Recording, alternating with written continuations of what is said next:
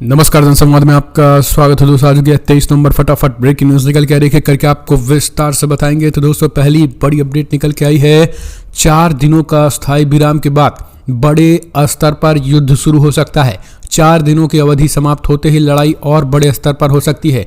Hamas ने दी सीधी धमकी, कहा हमारे हाथों पे है ट्रिगर हमारे हाथों पे अगर किसी तरीके से साड़ पट्टी की तो फिर यहूदियों की लाशें बिछेंगी लाशें। दूसरी खबर निकल के आई है दोस्तों, बिग ब्रेकिंग। आखिर क्यों लगभग 3000 से ज़्यादा इजरायली सैनिकों को मौत के घाट उतार दिया गया है पिछले 23 दिनों में। 10,000 से ज़्यादा इजरायली सैनिक घायल, खुद इजराइल की मीडिया ने किया दावा।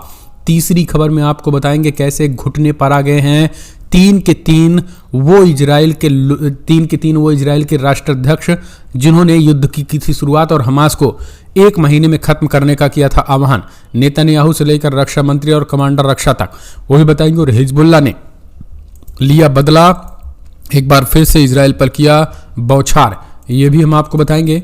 अगली बड़ी अपडेट निकल के आई है दोस्तों, कैसे ईरान ने भेज दिया है बड़े पैमाने पर डॉक्टरों और राहत सामग्री, उन्होंने दी सीधी चेतावनी, ये भी बताएंगे। और सबसे बड़ी बात तो ये निकल के आई है दोस्तों, आखिर कैसे भारत ने दिया तगड़ा झटका। भारत ने खास करके कर दिया इजराइल को निराश, एक बार फिर से खोला फिलिस्तीनियों के लिए खजाना। $2.5 मिलियन अमेरिकी डॉलर किया है दान, ये भी हम आपको जान लेना आपको जरूरी है। और इस बीच सबसे बड़ी बात तो ये निकल के आई है, हम गज्जा में ही रहेंगे, कहीं जाने वाले नहीं हैं। जी हाँ, हमास ने कहा हम गज्जा में ही रहेंगे, कहीं जाने वाले नहीं हैं। इजराइल की तैयारी पर हमास चौकन्ना, एक एक करके आपको जान लेना जरूरी है। लेकिन उससे पहले एक छोटा सा निवेदन, अगर आपने चैनल को सब्सक्राइब नहीं किया तो पल पल के अपडेट के लिए चैनल को सब्सक्राइब करना न भूलें। और अगर आप भी मानते हैं कि फिलहाल फिलिस्तीन को एक स्वतंत्र राष्ट्र घोषित करना चाहिए तो इस वीडियो को लाइक करें। दरअसल पहली बड़ी अपडेट निकल के आई है दोस्तों, बिग ब्रेकिंग, जहां आखिरकार 5 दिनों का युद्ध विराम और युद्ध विराम के बाद एक बार फिर से भीषण लड़ाई छिड़ सकती है। लेकिन इस बीच हमास ने दी सीधी धमकी, कहा ज्यादा साड़पट्टी इजरायलियों को पड़ेगा भारी, यहूदियों को उतार देंगे मौत के घाट। दरअसल बड़ी अपडेट निकल के आई है, जहां आपको बता दें 4 दिनों का अस्थायी युद्ध विराम हो रहा है। इसका मतलब ये नहीं कि युद्ध खत्म हो जाएगा, इसका ठीक उल्टा हो सकता है। हमास रेजिस्टेंट और इजराइल के बीच 4 दिनों के अवधि समाप्त होने के बाद लड़ाई और बड़े स्तर पर भी शुरू हो सकती है, लड़ाई खत्म भी हो सकती है। ऐसे में हमास अपनी पूरी तैयारी, 4 दिनों के अंदर हमास को एक पूरा मौका मिल जाएगा, खास करके उन्होंने तैयारी कर रखी है। हमास अपने बड़े पैमाने पर जो नेता हैं उनको वहां से बाहर कर सकता है। फिलिस्तीन के इस्लामी प्रतिरोध आंदोलन ने इस बीच बड़ा ऐलान करते हुए कहा है कि फिलहाल हम कहीं जाने वाले नहीं हैं, गाजा छोड़कर हम जाने वाले नहीं हैं। अखलिया खाया ने स्पष्ट कर दिया है कि फिलिस्तीनी अपनी मातृभूमि में ही रहेंगे। अल जजीरा चैनल के अनुसार हमास के नेता अल-खिया कहते हैं कि फिलिस्तीनियों को हमेशा के लिए गाजा से हटाने के उद्देश्य से इजरायलियों का ये कार्यक्रम है। पहले गाजावासियों को दक्षिणी गाजा भेज दिया जाए और फिर उसके बाद ये उनको मिस्र भेजना चाहते हैं ताकि गाजा को खाली करवा लिया जाए। उन्होंने कहा है कि गाजावासी किसी भी स्थिति में पलायन नहीं करेंगे, वे अपनी मातृभूमि में ही बने रहेंगे। हमास के नेता के अनुसार गाजा पर हमला करके नरसंहार के अतिरिक्त जयानियों को कुछ हासिल नहीं हो सकता है। जयानी दुश्मन ने गाजा के हॉस्पिटलों और स्वास्थ्य केंद्रों को पूरी तरीके से नष्ट कर दिया है, उनको युद्ध क्षेत्र में कोई भी उपलब्धि प्राप्त नहीं हो पाई है। अहल्ला कहते हैं कि नेतन्याहू और उनकी सेना को इस युद्ध से कुछ भी नहीं मिला, जबकि प्रतिरोध अब भी बाकी है और उनको दुश्मन को भी पराजित करने का पूरा भरोसा है। तो सीधे तौर पर उन्होंने ये चीज़ें कही हुई हैं और स्पष्ट कर दिया है कि हम कहीं जाने वाले नहीं हैं। तो ये कहीं ना कहीं एक बड़ी बात है। अगली एक और अपडेट, ईरान ने भेज दी डॉक्टरों की टीम। 4 दिनों के युद्ध विराम के बीच ईरान ने अपने हाई क्वालिटी के डॉक्टरों को भेजा। दरअसल आपको बता दें, हाई एजुकेटेड और वेल प्रोफेशनल डॉक्टर को ईरान ने गाजा पट्टी में भेज दिया है। यूएई से लेकर तुर्की तक ने अपने फील्ड हॉस्पिटलों का निर्माण शुरू कर दिया है। ऐसे में बड़े पैमाने पर गाजा वासियों को अब राहत सुविधाएं 4 दिन में बड़े पैमाने पर ट्रीटमेंट मिलेंगे। आपको बता दें इतना ही नहीं, सब कुछ जो है वो आनन फानन में शुरू हो चुकी है। ईरान ने कहा है कि 4 दिनों के अंदर बड़े पैमाने पर लोगों को ठीक किया जा सकता है और परमानेंट युद्ध विराम की अब मांग की जा रही है। ईरान के राष्ट्रपति रईसी ने कहा है कि तत्काल परमानेंट यानी हमेशा के लिए सीज फायर होना चाहिए।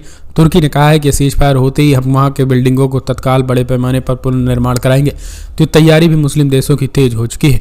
तो कमेंट्स माध्यम से अपने सुझाव दें। अगली एक और अपडेट निकल के आई है, वो यही आई है कि आखिरकार सीज फायर का ऐलान 4 से 5 दिनों के लिए हो गया है।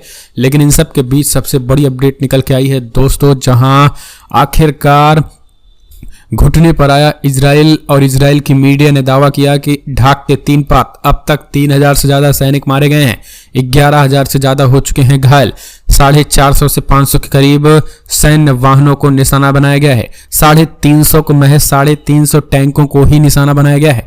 जी हाँ, 23 दिन की ये पूरी कहानी है। दरअसल दोस्तों आपको बता दें, बड़ी अपडेट निकल के आई है, जहां 23 दिन से चल रहे खास करके ग्राउंड ऑपरेशन में इजरायली सैनिकों को भीषण नुकसान हुआ है। जी हाँ, भीषण नुकसान हुआ है 23 दिनों से, खास करके 350 से ज्यादा टैंकों और 3000 से ज्यादा इजरायली सैनिकों को मार दिया गया है। ये खुद इजराइल की मीडिया ने दावा किया है।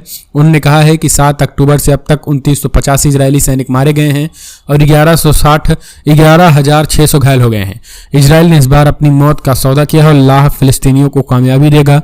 ये आपको बता दें, इस बीच उन्होंने ये भी कहा है कि आखिरकार इन तीनों ने जो कि आपको बता दें 3 यहूदियों ने गाजा जमीनी युद्ध शुरू किया था, जो कि इजरायली प्रधानमंत्री बेंजामिन नेतन्याहू थे और इजराइल के रक्षा मंत्री बेनी गेंट्स थे। और इतना ही नहीं, आपको इजराइल के रक्षा मंत्री थे और इजराइल के जो है स्थल सेना के कमांडर थे।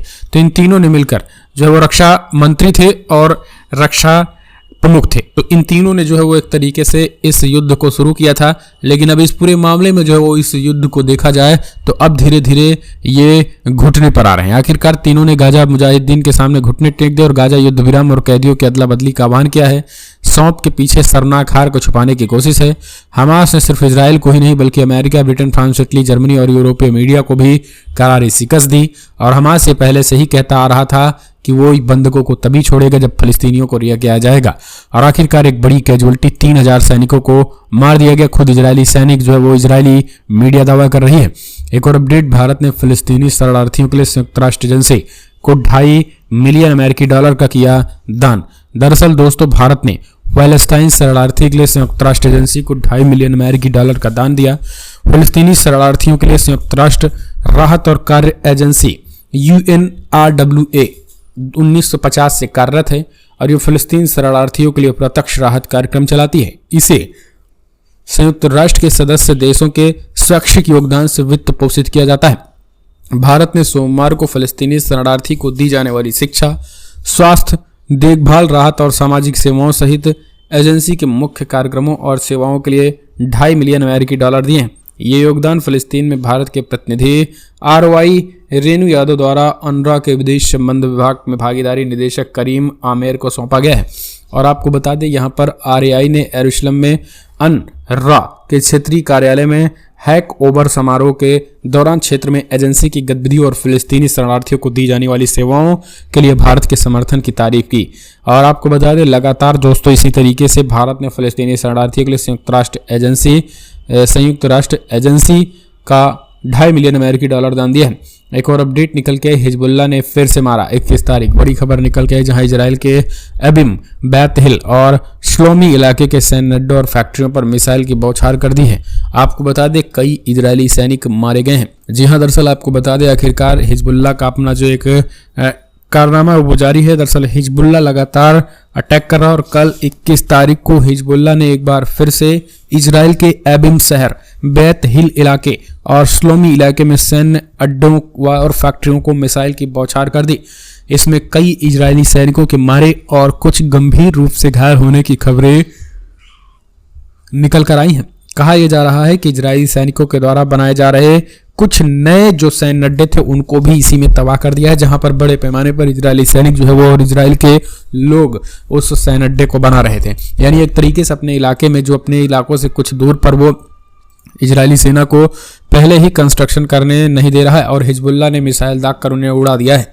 एक और अपडेट, आखिरकार अब आई है नई खबर, 50 बंधकों के बदले छोड़े जाएंगे 150 फिलिस्तीनी कैदी। इजराइल हमास के बीच नई डील क्या है, समझिए। दरअसल इजराइल और हमास के बीच छिड़ी जंग पर दुनिया भर की निगाहें टिकी और इसी युद्ध को 40 दिनों से ज़्यादा का समय हो गया और इसी दौरान कई लोगों की मौत हो गई है, जबकि कई घर तबाह हो गए हैं। और इसी बीच एक बड़ी खबर सामने आई है। बताया जा रहा है कि बंधक बनाए गए नागरिकों की रिहाई को लेकर के हमास से डील पर इजरायली वॉर कैबिनेट में सहमति बन गई है, जिसके मुताबिक 4 से 5 दिनों के सीज फायर के बदले हमास बंधकों को रिहा कर सकता है। जानकारी के मुताबिक हमास 50 बंधकों को कल के चरणों से रिहा करना शुरू कर सकता है। इन बंधकों में 20 महिलाएं और 30 बच्चे शामिल होंगे। वहीं इजराइल को भी 150 फिलिस्तीनी कैदियों को आज़ाद कराना होगा। काफी समय से बंधकों की रिहाई को लेकर कोशिश की जा रही थी। अमेरिका से लेकर अरब मुल्कों तक इजराइल और हमास के बीच बंधकों की रिहाई पर डील करवाने की कोशिश में लगे हैं। अब डील पर सहमति होने पर 45 दिन बाद ये कोशिश कामयाब होती नजर आ रही है। इजरायली मीडिया रिपोर्ट्स के मुताबिक युद्ध कैबिनेट ने बंधकों की रिहाई को लेकर युद्ध विराम वाले समझौते को मंजूरी दे दी है, जिसे अमेरिका के राष्ट्रपति जो बाइडेन ने भी संकेत दिए हैं। तो सीधे तौर पर आपको बता दें, यहाँ 50 बंधकों के बदले 150 फिलिस्तीनी कैदियों को छोड़ा जाएगा, यानी एक इजरायली बंधकों के बजाय 3 फलस्तीनी कैदी को छोड़ा जाएगा। एक और अपडेट आपको बता दें, सऊदी क्राउन प्रिंस ने बताया इजराइल हमास युद्ध को रोकने का प्लान। जी हाँ दोस्तों, सऊदी क्राउन प्रिंस मोहम्मद बिन सलमान ने ब्रिक्स ग्रुप के वर्चुअल समिट में इजराइल हमास युद्ध को लेकर बड़ा बयान दिया। उन्होंने 1967 में तय की गई सीमाओं पर फलस्तीनी राज्य स्थापित करने के लिए गंभीर शांति प्रक्रिया शुरू करने की मांग की। प्रिंस ने कहा कि सऊदी अरब की स्थिति एकदम साफ और दृढ़ है। 2 स्टेट सॉल्यूशन से संबंधित अंतर्राष्ट्रीय निर्णयों को लागू करने के अलावा फिलिस्तीन में सुरक्षा और स्थिरता हासिल करने का कोई दूसरा रास्ता नहीं है। मालूम हो कि हमास के लड़ाकों ने बीते 7 अक्टूबर को अचानक इजराइल पर हमला कर दिया था और इसके बाद से इजराइल सेना गाजा में हमास के खात्मे पर लगी है। सऊदी अरब के विदेश मंत्री फैसल बिन फरहान अल सऊद ने तत्काल संघर्ष विराम और गाजा पट्टी में मानवीय सहायता व राहत पहुंचाने की भी अपील की है। तो लगातार सऊदी की तरफ से स्पष्ट 2 नेशन थ्योरी की बात है। एक और अपडेट निकल के आई है, चाइना ने हजारों मस्जिदों को बंद किया, गुंबद और मीनारों को तोड़ दिया। खुलासे पर मुस्लिम देशों ने क्या कुछ कहा, समझिए। दरअसल चाइना के मुस्लिम देशों से अच्छे संबंध हैं, लेकिन सबसे ज्यादा अत्याचार चाइना मुस्लिमों पर ही किया है। ये भी सच्चाई है। चीन अधिकारियों ने सैकड़ों मस्जिदों को या तो बंद कर दिया या फिर उनका स्वरूप में बदलाव किया है। ह्यूमन राइट्स वॉच ने हाल ही की शोधकर्ताओं ने बताया है कि चीन सरकार निगिया और ग्यासू स्वायत्ता क्षेत्र में मस्जिदों की संख्या कम कर दी। इस रिपोर्ट आने के बाद भी इस्लामिक देश ओवैसी आंख बंद किए हुए हैं। खुद को मुस्लिम देश का मसीहा कहने वाले पाकिस्तान भी इस पर चुप्पी साधे हुए हैं। चाइना के फिलहाल एक तरीके से देखा जाए तो यहाँ पर इस तरीके की कई रिपोर्ट आ चुकी है। एक और अपडेट निकल के आई है दोस्तों, बिग ब्रेकिंग, जहां इजराइल ने लश्कर तैयबा को बैन कर दिया। मुंबई हमलों की 15वीं बरसी पर फैसला।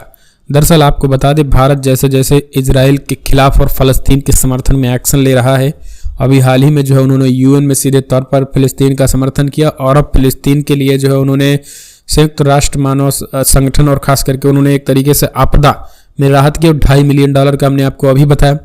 तमाम तरीके की चीजें भारत खुद जो है वो कल लगभग 32 टन सामान भेजा। तो इन सब चीजों को देखा जाए अगर दोस्तों, तो सीधे तौर पर फलस्तीन का समर्थन भारत कर रहा है खुले तौर पर, और यही कारण है कि गाजा पट्टी और हमास को भी भारत ने आतंकवादी घोषित नहीं किया, जबकि इजराइल ने कई बार आग्रह किया। और इस पूरे मामले में इस भारत के जो स्टैंड था उसको देखने के बाद इजराइल को ये लगा कि भारत नाराज है, जिसके बाद इजराइल ने लश्कर तैयबा को बैन कर दिया, जो कि मुंबई हमलों की 15वीं बरसी पर फैसला था। अब इजराइल को ये लग रहा है कि वो भारत के आतंकियों को बैन कर रहा है, तो भारत भी हमास को आतंकी संगठन बता बैन करेगा, जबकि भारत ऐसा नहीं मानता है। हमास को भारत कभी भी आतंकी संगठन नहीं मानता है, क्योंकि हमास का जो लड़ना है वो अपने जमीनों के लिए लड़ रहे हैं, जबकि भारत के जो आतंकी हैं वो भारत की जमीनों पर कब्जा करने के लिए लड़ रहे हैं। तो ये दोनों में अंतर है। आतंकी कौन है, इस चीज को जो है शायद इजराइल सही से डिफाइन नहीं कर पा रहा है। एक और अपडेट, रशिया को बैलिस्टिक मिसाइल दे सकता है ईरान, टेंशन में अमेरिका और यूक्रेन। दरअसल व्हाइट हाउस ने मंगलवार को इस बात को लेकर चिंता जताई है कि ईरान यूक्रेन के खिलाफ युद्ध में रूस की मदद के लिए उसे बैलिस्टिक मिसाइल दे सकता है, जो यूक्रेन के लोगों के लिए खतरनाक हो सकता है। अमेरिका के एक राष्ट्रीय सुरक्षा अधिकारी ने जानकारी दी है। राष्ट्रीय सुरक्षा अधिकारी राष्ट्रीय सुरक्षा परिषद के प्रवक्ता जॉन किर्बी ने कहा कि ईरान पहले से रशिया को ड्रोन, लक्षित हवाई बम और गोला बारूद मुहैया करा रहा है और संभवतः वो रशिया को समर्थन करने की दिशा में आगे बढ़ने पर विचार कर रहा है। किर्बी ने सितंबर में हुई बैठक का जिक्र किया, जिसमें ईरान ने रशिया के रक्षा मंत्री सर्गेई सुगोई की मेजबानी की थी और इसमें कई बैलिस्टिक मिसाइल प्रणाली का प्रदर्शन किया। अमेरिका ने इस पर चिंता जताई थी। किर्बी ने संवाददाता सम्मेलन के दौरान कहा है कि इसीलिए हम इस बात को लेकर चिंतित हैं। ईरान संभवतः रूस को बैलिस्टिक मिसाइल उपलब्ध कराने के विचार कर रहा है, जिसका इस्तेमाल वो यूक्रेन के खिलाफ कर सकता है। एक और अपडेट, पंजाब के जालंधर पानीपत नेशनल हाईवे दूसरे दिन भी जाम, धरने पर बैठे किसान। अमृतसर लुधियाना की डायरेक्ट कनेक्टिविटी टूटी, आज भी ट्रेन रोकेंगे। जी हां दोस्तों, पंजाब में जालंधर पानीपत नेशनल हाईवे दूसरे दिन भी बंद रहा। जालंधर में भी गन्ना किसान हाईवे पर धरना लगाकर बैठे रहे। उनने बीती रात भी हाईवे पर ही गुजारी है। उनकी आज शाम के वक्त सरकार से मीटिंग होगी। अगर सरकार में मीटिंग नहीं हुई तो किसान जालंधर से लुधियाना जाने वाले रास्ते में धन्नोवाली के पास से ट्रेन भी रोकेंगे। वहीं हाईवे बंद होने के कारण अमृतसर लुधियाना की डायरेक्ट कनेक्टिविटी टूट गई है।